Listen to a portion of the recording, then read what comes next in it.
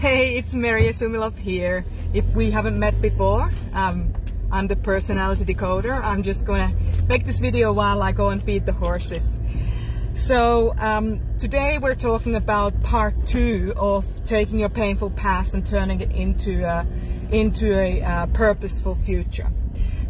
Last time, in the last video, we talked about imagining the pain as an entity separate from yourself. It could be a book, or it could be a bottle of poison, or it could be a statue, or it could be anything that you carry with you.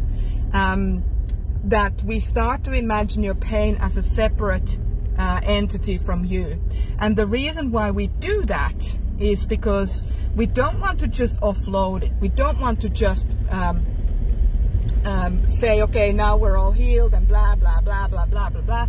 That's not the point of this exercise whatsoever. The point of this next exercise is to start listening to what your pain is telling you.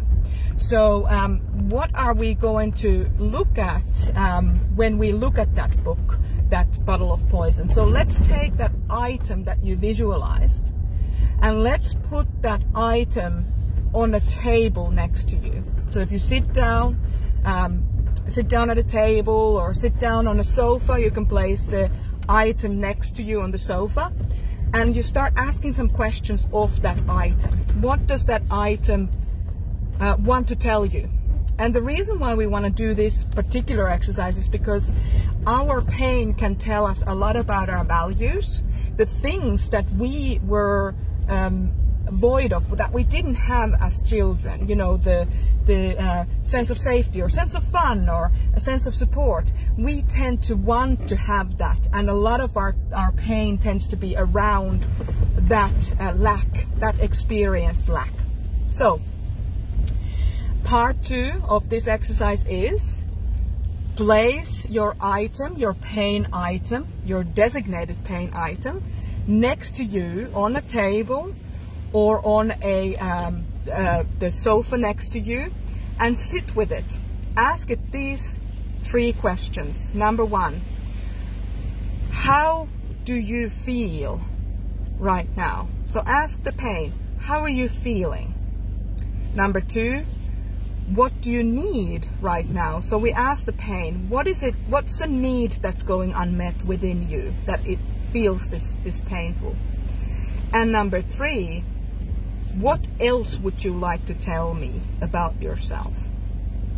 What else would you like to tell me about yourself? So you're asking that pain, what is the message within it that it wants to share with you?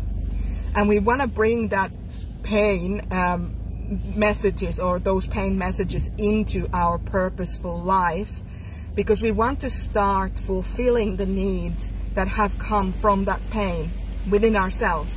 And eventually what we'll do is we'll start to look for different ways of expressing our care toward that wounded part of us. But let's not jump ahead.